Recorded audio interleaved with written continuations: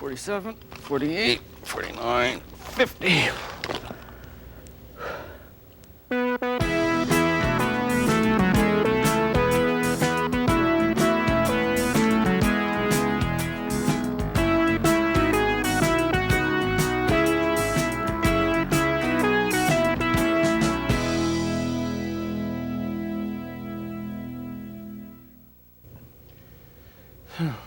Well, let's get going, Sharon. Just sitting here looking at this equipment is not going to help us lose any weight. Oh, I think the only thing this exercising helps me lose is my sense of humor. Oh, come on, you're doing really fine. Ready? Up. 1, 2, 3, 4, 5, 6. I'm sick and tired of having my conscience bother me because of a lack of exercise. Why is it, though, that an hour of watching TV never seems as long as 10 minutes of doing these exercises? I don't know.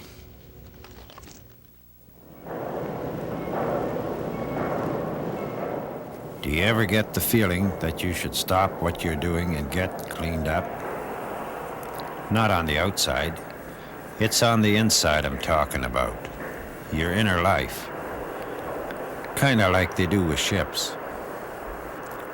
A big ship looks graceful as it moves over a large body of water or through a canal, in complete command of its own world. But really, a ship is exposed to all kinds of hazards, like collisions, fire, rocks, storms. So, according to the rules, a tanker like this one has to be brought into dry dock every once in a while. Here it's cleaned up and checked out, back to front, top to bottom, for repairs it might need. Rust may be weakening it. Its sides may have buckled from age, or from hitting the sides of ports or canals. The weak sections are burnt out. New steel plates are welded in place and painted. Electrical cables are tested carefully to see if they might be grounded in some hidden places. The power system is checked, including the automatic controls. A lot depends on them once that boat is on the move. And then, a new paint job. Back to that inner life. So you've done some things wrong. It's starting to hurt and you want to change. For us, it's God who does the fixing up. And who could do a better job of checking us out and fixing us up than our very own Creator, setting us up to get back into action the way we were meant to be. 8, 9, 10, 11, 12, 13, 14, 15, 16, 17, 18, 19, 20, 21, 22, 23, 24, 25, 26, 27, 8.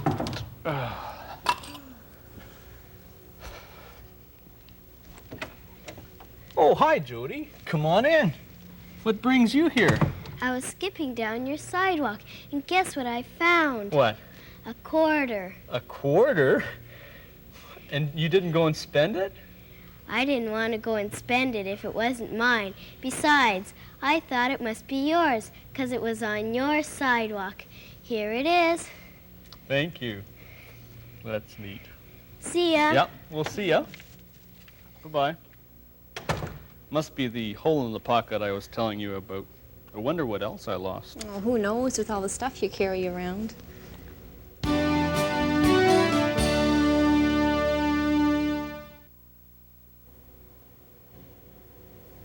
She returned it. I didn't think people did that anymore. Finding a quarter and looking for its owner. Just a quarter. There's something very touching about that. Actually, there's something kind of sad about it, too. We've become so insensitive to the little things. And if it happens with quarters, I wonder how many other little responsibilities we slough off just because they're too much bother for us. Or how many times we say, oh, what's the difference anyways? Many years ago in another land, in the time when Jesus lived, people made a living raising sheep. The person who looked after the sheep was called a shepherd, and a person who got a job looking after someone else's sheep was called a hireling. Now, As you might expect, a hireling didn't feel the same about the sheep as the owner did. He was just a hireling. There were hirelings who were more interested in the pay than caring for the sheep, and being a hireling could be a dangerous business.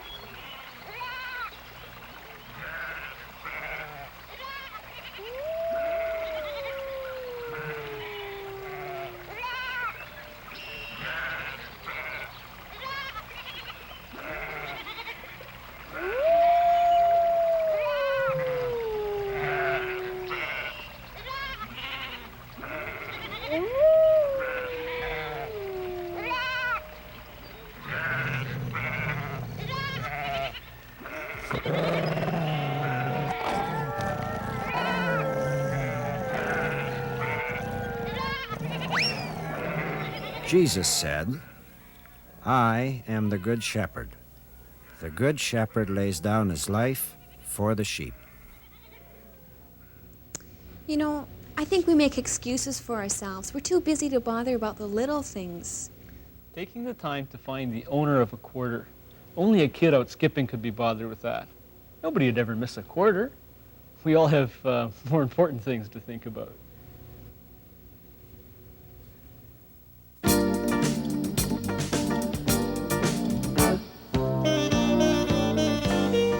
Did you know that a bicycle can rust faster in the city than in the country? And did you know that painting it can make a bicycle rust even faster? The process is called corrosion, and electricity has something to do with it.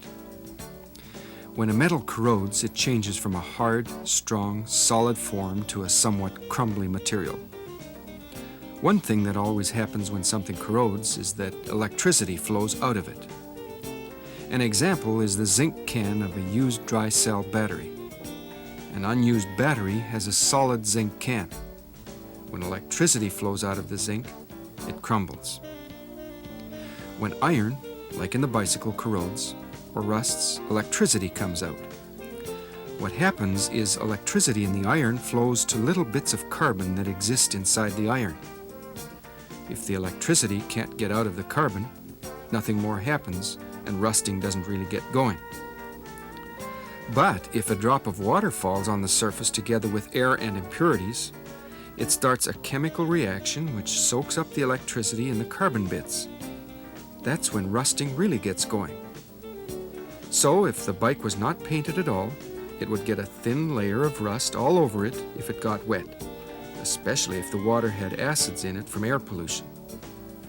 But if the bike is painted, water and air can't get at the iron and its carbon to take up the electricity, and so it doesn't rust. But if you didn't do a perfect job of painting, or if you do the painting where it's dusty, you could actually speed up corrosion. This is how it works. If there's even a pinhole left uncovered in the paint job and it gets wet, electricity will start moving out of the iron at this one small point. Instead of the iron just giving its electricity to the neighboring carbon bits, it can now give it to the pinhole area. The result is that you get a deep pit of rust in the iron under the pinhole. Since the rusting process is quite slow because the pinhole is so small, iron that is in the process of rusting can move quite a distance before it actually gets crumbly, and so it travels under the paint, eventually peeling it off underneath.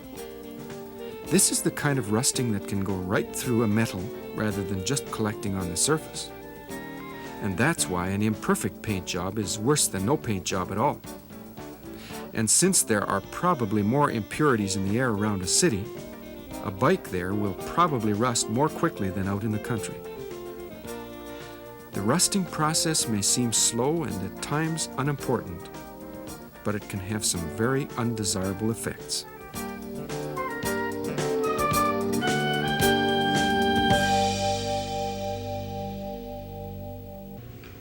I wonder, Ron, I think it starts with little things, and then we let our conscience quit bothering us until we allow bigger and bigger things to slip by. And we claim more and more for ourselves and care less and less for the person next to us. Well, I wonder what we should do about the quarter. It'd be kind of nice to give Jody some recognition for what she did. Maybe we should introduce her to our hunger bank. Hey, that's a good idea. Listen, I'll check to see if she's still out there. Oh, yeah, she is. I'll call her in. Jody!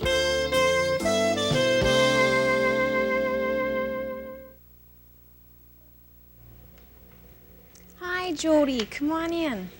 I guess you were really enjoying yourself out there.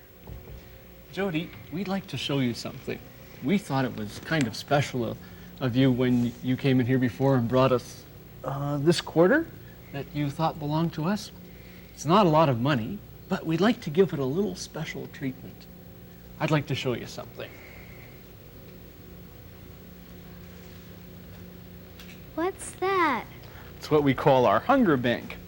It's a project Sharon and I have to save money for people who don't have enough food to eat and can't help themselves. You see, whenever we save some money, even if it's just a quarter, we put the money that we saved in here, and then it does its part in helping somebody get some food. Boy, did it ever grow when Sharon went on a diet and put in all the money she used to spend on junk food. Ron, you're telling on me. Well, now, we'd like you to put the quarter that you found in there, and then it'll do its part. Okay. That reminds me, I should put in the money that I saved on runners that I bought last week.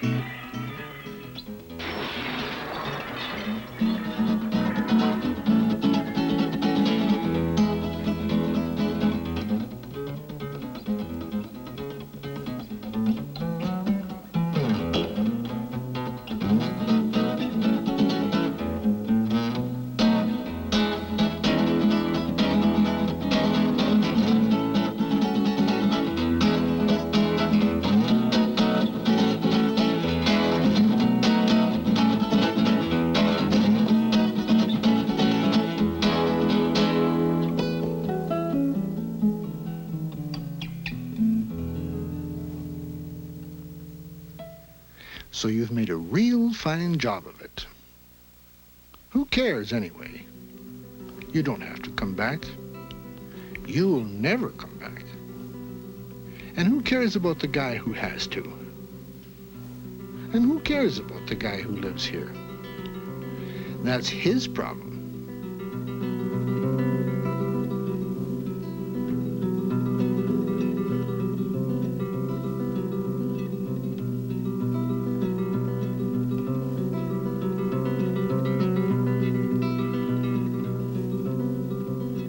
Carelessness comes easy. It just means not caring. Anyone can do it. So you just move right along. But just suppose now that the horse happens to know the way back, and he decides you've got some reckoning to do. Anyone can be careless, but caring about someone else takes guts. A real man goes back and makes things right. And who knows? He might not mess you up too bad.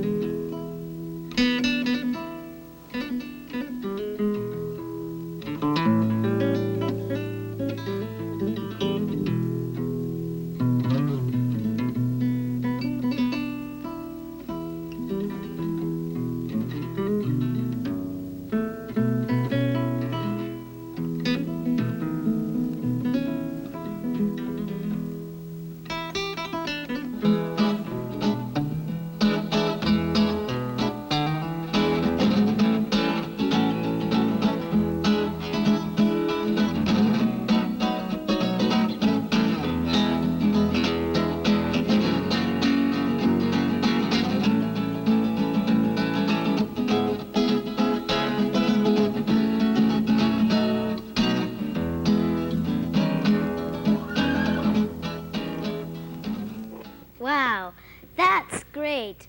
I could start a piggy bank like that at home, too. I bet my family could find all kinds of reasons to put money in it. I think I'll go now. Thanks for showing me your project. Okay, we'll see ya. Bye, Jody. Bye. It just amazes me how she brought it back instead of keeping it. She must have a sensitive conscience. That must be it. That little voice that we hear when we face a decision of right and wrong. Telling us what we should do. It's a voice we really need to respect. Do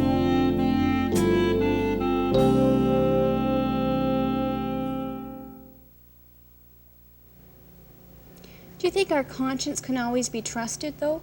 Like, will it always know the difference between right and wrong? Our conscience needs to be trained. That's why we need to let the Bible be our guide.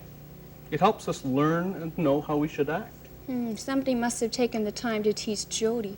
That's why she brought the quarter back. I sure hope she can keep knowing as she gets older. Speaking of knowing, I know what we should do next. 10 push-ups. Okay.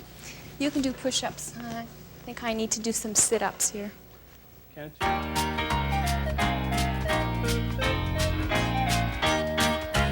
There's a story that Jesus told about a man who decided to build, but you know he ran out of gold and the project was finally killed.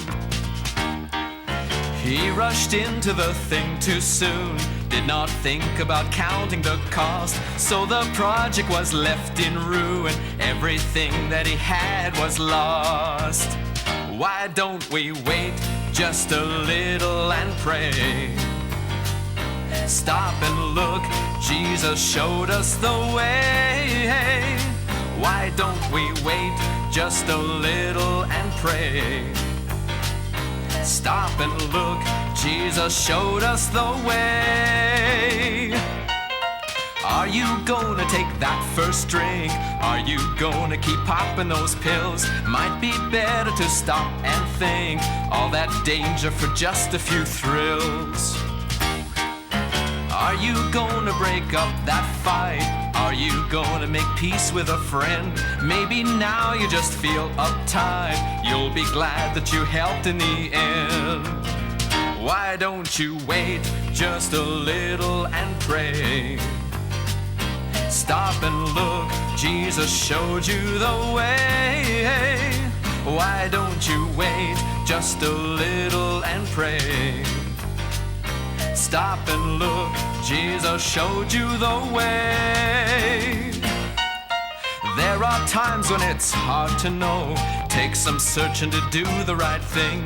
Asking others which way to go helps to see what the future may bring. There are choices each day we live. Let's all learn from mistakes that we make. Just remember that God forgives. He wants you to decide for His sake. Why don't we wait just a little and pray? Stop and look, Jesus showed us the way. Why don't we wait just a little and pray? Stop and look, Jesus showed us the way. He showed us the way.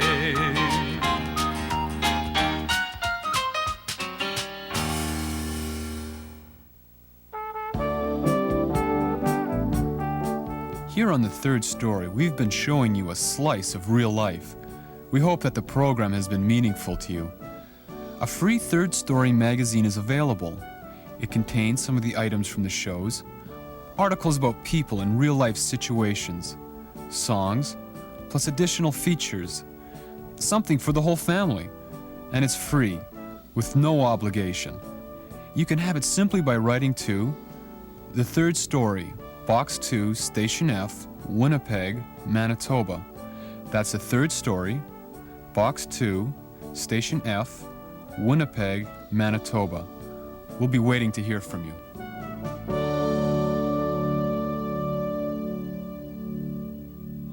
Good show. Play the right music, make sure you wear the right clothes. They try to mold me, I want to say no. Isn't there some other better way I can go?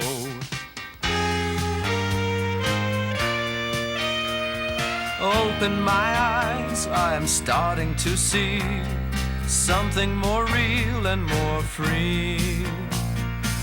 Open my eyes, I am starting to see something more real and more free. Have we rejected the truth of God's plan? All of His purposes for the world and for man. Well, Jesus showed me what God had in mind, living and dying in perfect love for mankind. Open your eyes, are you starting to see something more real and more free? Open your eyes, are you starting to see something more real and more free? Something more real, something more real.